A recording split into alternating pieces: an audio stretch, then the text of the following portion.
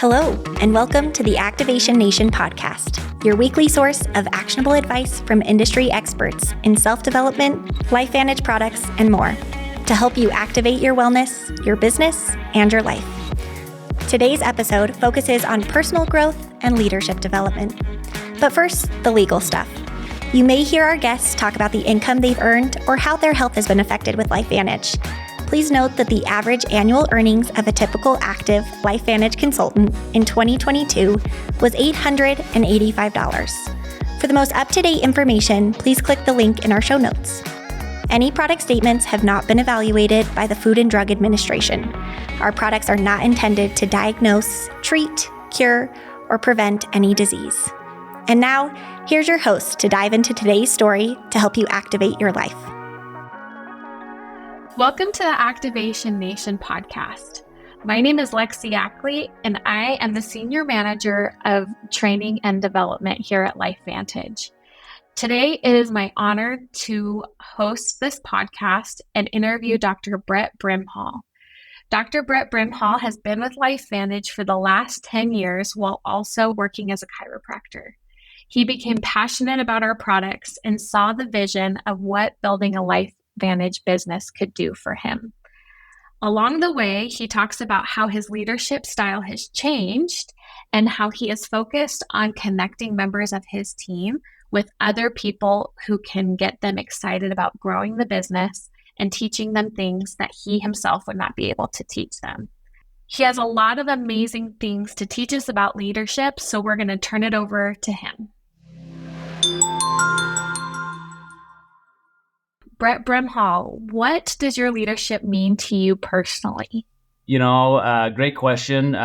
If there's one area of my life that I feel like I've got a lot of work to do is the network marketing side of leadership. Like most of my life, I've been put in leadership positions, not because I wanted them. It's just because I just kind of, I knew how to work myself, and that kind of led into leadership, whether that was in school or athletics or in network marketing. But leadership means a lot different to me in network marketing it does outside of network marketing, because to lead in network marketing, you have a volunteer army. I'd say my leadership is constantly evolving in regards to that. What I mean by that is like realizing that part of your leadership, my leadership is doing the work myself. I've heard Carrie Williams forever said, "Speed the leader, speed the pack." So, and I've watched this in my own life with my family as well as in LifeVantage, is that if I'm not working, like the odds of my team working is not high.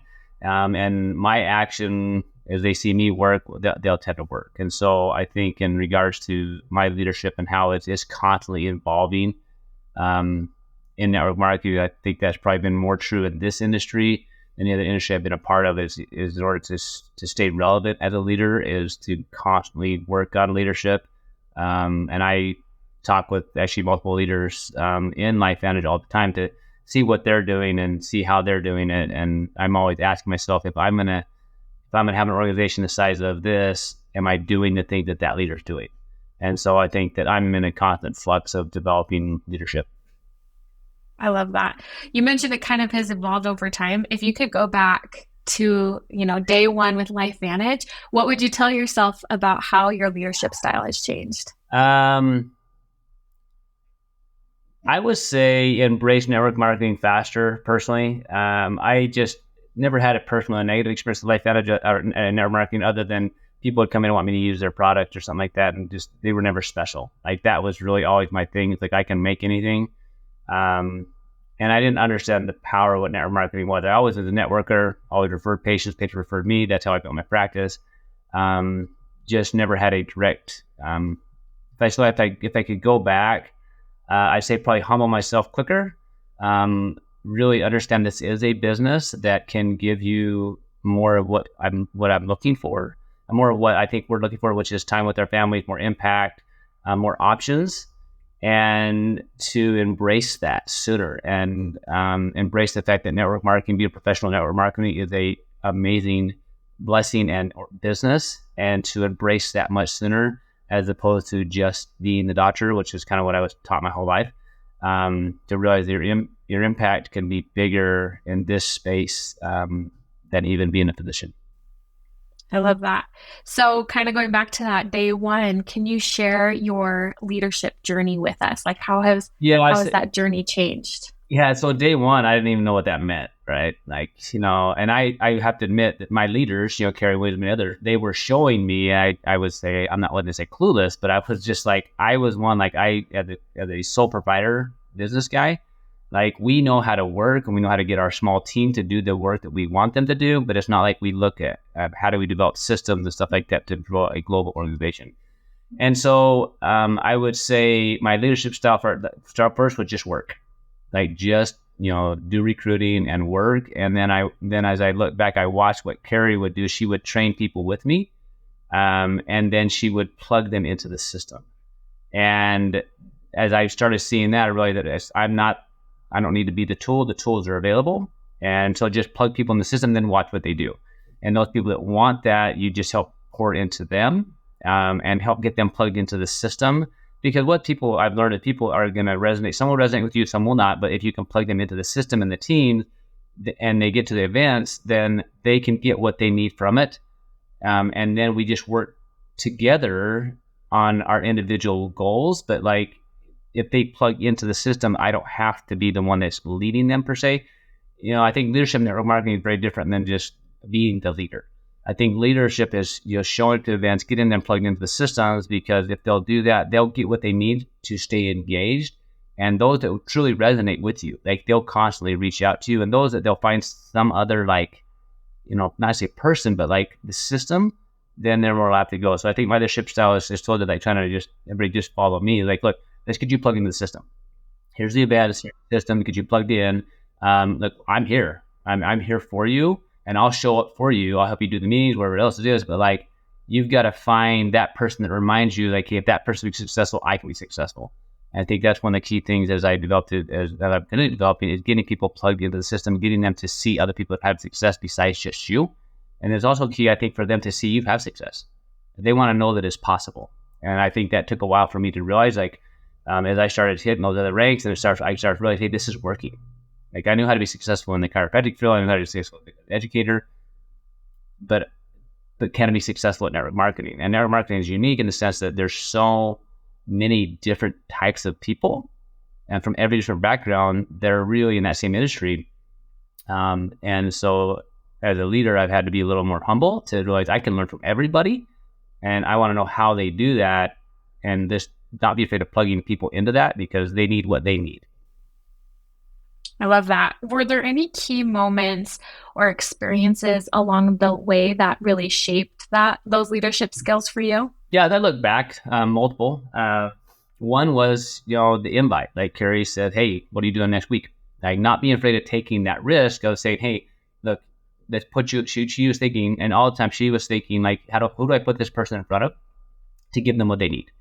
And I look back now and realize that all those things she's doing. So now as I lead out, I try to think the same thing. Who could I put people in front of that aren't me, that they might resonate with? And so I watched that. Even I went to South Dakota and met the scientist. Like she put me sitting at lunch next to him. She had me stay with the pose at their house. She had me talk to different people. And so as I look now, that's one of the things that I look for is who can I put somebody in front of? I actually do that with my own family now too. Like if I have a child or somebody that's like got something that they're going through, I always think, who can I put them in front of? Because they may not hear me. I think that's been a key for me. And then always constantly challenging me. I think I had some phenomenal leaders. Not many people will talk to the doctor and in a sense, like, challenge them. I mean, not in a negative way, but like, Carrie was, I mean, she looked at me as someone like this, she sees something in me, like, but she had to challenge me. And that's what I needed. And I think that's something as a leader, sometimes we got to do is challenge that person, to say, hey, look, I think you can do more than you are. What do you really want? Like asking those type of questions, and having those dialogues, I think is also something that has shifted in myself too, is not being shy away from those conversations about like, hey, what do you really want? What is keeping you from getting that? Okay, let's plug you into what will help you build that belief in yourself, that then you can go on and see yourself successful. That's so cool. It's neat that you've been able to take some of your leadership stuff and apply it to your family and other aspects of your life as well. And especially like you were saying, plugging those people into other members of your team that they might be able to connect with. So how have you been able to build and foster this really strong, cohesive team as a leader? It's interesting. I realized people are people. And it takes constant work. I know that something I've learned from so many leaders, the Pauls, the Williams, Carrie, and so many others, is the fact of just getting to events and getting them plugged in. Because if they're not there, like they're not going to stay.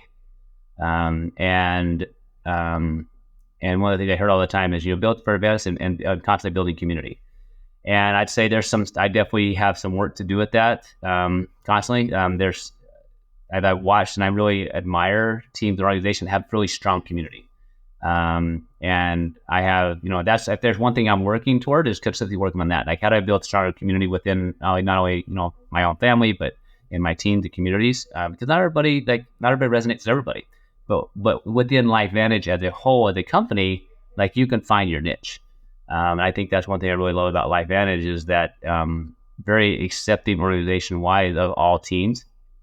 And so I say, in answer to your questions, building community is always something we're working on. I think we try here in the Valley with multiple organizations is constantly do events within ourselves, not only trainings, but also events and meetings and doing one tonight. And it's, multiple teams from multiple groups that are involved in that. And so that people can feel more like they're part of something much, much bigger. Very cool. So what I'm hearing you say, not just the corporate events that happen, every so often, but you're also creating events to bring people in to build that strong community on your team. Yep. Very cool. Are there any strategies? Let's say I live somewhere I don't have a community like that quite yet. How would you start to build that? And that's something that we've really learned since COVID a lot is that we are talking to each other on a computer screen, right? Communities and friends are no longer separated by location. And that's a process I think we're all learning is how do you build those communications and connections when you can't always travel. And that would take a little more effort in the sense of it personally, because I like in-person. That's how I grew my business originally, was in-person, needed to be person-to-person. That's how I grew. I didn't really do a lot of online stuff. I'm working on developing that more all the time. But even with my teams, I've got a team starting in Canada and a few other places, and it takes a little more consistency of effort. So we do team meetings consistently, right? People can plug into. There's team calls that Carrie Dickey does that we can plug people into. And then it's that time of really working with them on, and I think this is a key element from a leadership perspective for me personally, is find a time that works for them. My time's not always going to work, right? So find a time that works for them that I can plug in with them and touch base with them and see what they want, have these type of conversations. And so they can start building their belief that it's possible. Because until they start having some success, they're not going to stick with it. Whether that's talking to a customer, whether that's start talking to teammates, and when they can start seeing you work with their people when they're not working with them, they see that support, then they're more like, oh, this is how it works. And Carrie was really good with that with me. And so I think that's a bit of, especially my teams that aren't local, is reaching out to them, making sure they know that they're loved, appreciated, and trying to connect with them. Very nice. So change is inevitable in any organization. How have you approached leading your team through periods of significant change? Well, I think that if you deal with humans long enough, there's going to be stuff, right? And True. That's a family, a business, an organization, a company. And I think that most people probably go through this. I've been married, 27 years almost now. And you're committed 100%. And there sometimes I'm sure I drive her absolutely crazy, right? But you're committed to the end goal. And I watched that also with LifeVantage being involved 9 years. There's been some challenging times, right? Both from just, COVID happening to changes within companies and organizations and just even personality changes, right? That's just going to happen. I was talking with the leader last week. It's not an organization. It's kind of we call it cousin, right? Cousin LifeVantage. And she said, I was kind of away for a while, for a couple of years. And something she said to me, I really had to evaluate why I started this in the beginning. Why I started this. She's always involved, but just kind of drift away some stuff that happened, whatever. And I've watched this with people in organizations. I've watched them in families, right? Sometimes we get feelings hurt, or we get frustrated with something, or life happens. A family member dies. There's a lot of stuff that happens, and that's one of the challenges that can happen. And so, something she said really resonated. So I really had to have a conversation with God as to where He wanted me and why I started this at the beginning. And I think for me, more than anything with LifeVantage, I look at why I started this and the timing of what it was and the things that had to happen in sequence for me to take this seriously. I truly think this is where God wanted me and still wants me. And so I choose to embrace that. I have to admit that being a network marketing has not been as an easy thing for me as compared to, I've been in trading positions since 1995. So that's comfortable. And so I think, if we as humans and people can realize, we're going to have tough times, and if you can embrace that challenge of, hey, look, life's not designed to be easy. I tell this to my children all the time. It's about growth. So if the LifeVantage and network marketing, I think, gives me more growth than a lot of things because it's constantly pushing me to develop myself and to also work with people that way. That's probably a big part of how do you lead them through those challenges? Understand, go back to why you started. For me, that is always key. Go back to why I started, what got me here in the first place, and is anything else that you can do that will get you what this will give you? I go back to that a lot. I say, what other industry or space can give you this? And it just brings me back, like that is that this is the right place at the right time. There's amazing people in it, and we've got phenomenal products that are changing people's life. And embrace that, right? And realize that even in a family that you love, a lot of times they freaking drive you crazy. And you're going to have people in your organization, in your life, in the company that are just nut jobs. And in the sense of they don't resonate with you. I don't resonate with everybody. I get that. And that's okay. That's okay, because they're going to have people they're bringing in that need this, that you won't resonate with. And if I think we can embrace that as leaders and also teams and individuals, you know what? You don't love everybody in your family either. You love them all, but you may not like them, right? And I think as a leader, sometimes those challenging times, we have to go back to why did you start this in the beginning? What did you see? What did you feel? And go back to that and say, is this still what you want? And if it is, then let's go. But I think some people give up on themselves because of, it's not comfortable. It's not easy, but okay. I love that. I think so many times we start something and we think this is exactly how it's going to look. These are exactly the type of people I'm going to connect with along the way. And then when things get messy in the middle, and like you said, you started building your business in person, COVID happens, now you can't do that. You have to pivot. It's very easy to start to panic and say oh, well, maybe this isn't for me anymore. But I love it. Focus on why you started in the beginning, focus on what's the end goal. And the middle can look different than what you originally thought, but just being willing to push through, being able to focus on that beginning anchor and that end goal, I think that is very powerful for sure. So I love that. Like you said, business or life and family, it doesn't matter. The principle is the same. It really is. Okay, you kind of mentioned your relationship with Carrie, especially in the beginning and as you were growing. But was she the main mentor who influenced your leadership style? Was there anybody else that kind of was along the way? I would say she was that leader, right? When it comes to I think there's probably a lot of us out there sleeping, and it's just kind of something she would tell me, that are just comfortable, right? We're just comfortable in life. And I watch this with my kids. We have 4 children, and all are amazing, but how many of them are embracing growth? And I was comfortable as a clinician, successful in the minds of most. Kind of bored in a way, because I wasn't challenged. I'm very successful, in where I was, and just realized I'm just gonna have to stick with this. You put that much time and attention into something, what do you do different? And she saw something in me that was there. I knew it was there. It's just kind of lay dormant for a while. I think a lot of things. My mom passed away in 2008. I just got locked in to just try to get through that, and you just stay with it for a while, and I think that God knows there's more for us, and sometimes He has to wake us from a slumber. And Carrie saw that at me, but it had to happen for me the way it happened, right? Someone had talked about LifeVantage before. I wasn't interested, but it had to happen the way it did. having her son have those massive changes, realizing this is something that people needed. It's how it had to happen for me, for that business that my dad and I are part of to basically be taken away. It had for me to hurt myself. Like all those things had to happen in the sequence to put me in a position to see what was there. So those are, in 2009 is when LifeVantage started. It wasn't until 2014 to where I could be involved, right? So things, I truly think God sees that from a leadership perspective. Carrie saw that, right? She was willing to have those conversations with me. I think that's also key. Most people wouldn't ask the questions that she asked of me. Like, what do you really want? Like, why are you're just comfortable? You're not growing. Like, and having, we call them hard conversations, but honest conversations. Like, this is one of the conversations I would have with my children, right? Like, you know what, look, you may be comfortable but very happy. Are you growing? No. So these are all the stuff that I should have been doing, but I just kind of got away from, just kind of going through life.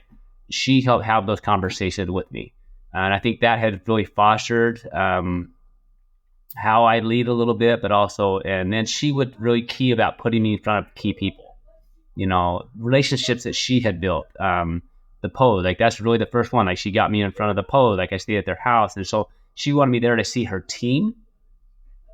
And she taught a lot by what she did versus by what she said. She says plenty, right? Which is fun. And she's very direct, which I love that. But also she put me in front of people because she knew that she wanted them to build my belief too in what was possible with network marketing, hear the stories.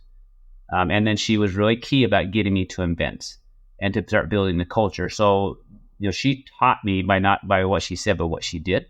And then from there, like I plugged into the events, and then, there's so many people that have influenced my journey along the way that don't even know they've influenced my journey, because I was just at events, whether that's, Mark Sensato or the Pearsons or Maria Williams or the Pose. Like I could name so many, like really any of the Pro 10s. There've been moments in my journey where something they said or something that someone shared, or that was an event, I saw somebody like, man, if they can do it, I can do it, right? You have to be at those events to have those things. And so that's the key thing that Carrie taught me, is like, plug in events, show up to events, because if you're there, you can hear, you can feel, you can learn, and to get your people there. It has nothing to do with it doesn't have to be about me. And I think as leaders, we understand it does not have to be about us, but get them to an event so they have the chance to see something, to feel something, to realize if that person can do it, I can do it. And that's with my own children now. Like I'm always thinking, who could I put them in front of so that they will hear what I want them to hear, because they may not hear it from me. And so it's not about me being the leader, that I'm the one that taught them. It's like, can I help them know, like, let's get to these events, because I truly think this can give you what you need in here and in here to push through whatever the limitation that you're placing on yourself is. Isn't that amazing? Like so often we think leadership is like, I've got to have all the answers. I've got to know exactly the most important thing to say. But what I've heard you just say over and over and over again is, first, she led by example. You said that multiple times. It was what she did, not just what she was saying. But then she just connected you to more people who were able to kind of tap into what exactly it was that you needed. And I think that's another really powerful thing that you kind of like touched on briefly. But the idea of having mentors that don't even realize that they are mentoring you, somebody who's on stage or somebody that you connect with at an event one time, and you're watching their business grow and you're learning from them, and they don't even realize that you're there watching. That's a really powerful thing too, that I think, even if I'm brand new to LifeVantage, today is my first day as a consultant, and I feel like I don't really have a strong mentor, you can still tap into things by listening to the podcast, by watching trainings, Momentum Live type trainings, coming to these events, and you can still be mentored by all of the LifeVantage leaders around who don't necessarily know that they're mentoring you. They can still be that for you. I think that's really powerful. Very cool. Yeah, something that I was just in an event that I learned about this individual from Maria Williams, which is who Carrie Williams brought into business as well. And this individual says is like, and he was giving a different example. He said, like, when you choose not to give up smoking, you give somebody else an excuse not to give up smoking. So I think about that all the time, is that I realize it with my own children. My children don't hear me, but they see me, right? So by us choosing to do the hard, removes the excuse from the other person to do the hard. Right. And I think that right there is helpful for me to remember. A lot of times I'll kind of go about that personally, like, okay, if I do the hard, that removes the excuse for that other person to say they can't do the hard, whatever it might be. And I think that's one thing that resonates with me a lot right now, because we can get comfortable. I think as leaders, I think we can get comfortable. Like, EC1, making good money. I've got other things going on. There's some good things happening. But on the other side of that, doing the hard is amazing growth and amazing opportunities to impact more people's lives. So you got to find another reason to re-engage. And I think with Carrie, the way she would always say, she's always felt like if I could help somebody else have what I have. And so at some point in time, it has to move, I think, from a leadership of getting what you want to help other people get what they want. So I have a sister right now in the business, and I'd really love to see her be able to have that success, to give her that sense of options that she doesn't have. And other people on my team, that same feeling of what would it feel like if you had this money coming in every single month? So when life happens, which it will, and you can have the support financially, but you can have the team support. I watched, other people go through hard stuff in life that has support of the relationship they build in LifeVantage. This made a huge impact in their life. And so I think there's a huge benefit to that as well. So go back to, you got to, you're getting comfortable. You got to make sure you're not, for me, make sure I'm doing the hard so it doesn't give somebody the reason not to do it. And then just understand, if you help other people get what they want, that's going to give you more motivation to move forward. Amazing. Perfect way to wrap this all up with a bow. Helping others get what they want, and the end just ends up helping you as well. So that's awesome. Any final words you want to share with our listeners, Dr. Brett? I think the only last thing is, this is really for me. I feel like there's so much I need to learn as a leader. If you think leadership's going to be an easy thing, it hasn't been for me. I know how to make myself work, and I can show up, do my thing. And I think sometimes that one of the hard journeys is realizing that some people aren't going to follow you. And it's not because you're not being a good leader, just means they don't resonate with you, and that's okay. And going back to following the system of plugging them in, getting them events, and help them get, just try to put them in a position where they can get what they want out of it. Because otherwise, I think as a leader, we can take it personally that we're not a good leader. I think that we have, personally, I got a lot of room to grow. I got a lot of stuff I can learn. I got, plenty of more leadership qualities to develop. But you can't take all the blame. Do your part, plug them in, and unfortunately, you got to let some people be where they are for a while until the pain becomes bad enough for them to make the change. Thank you for tuning in to the Activation Nation podcast. Be sure to subscribe so you never miss an episode. Tell your friends and share your biggest takeaways from today's discussion with anyone who could benefit from them. This episode is sponsored by LifeVantage Legacy, a nonprofit dedicated to improving lives and building a lasting impact for those in need around the world. Learn more at lifevantage.com. We look forward to sharing more with you during next week's conversation. Thanks for listening and being an important part of the LifeVantage community.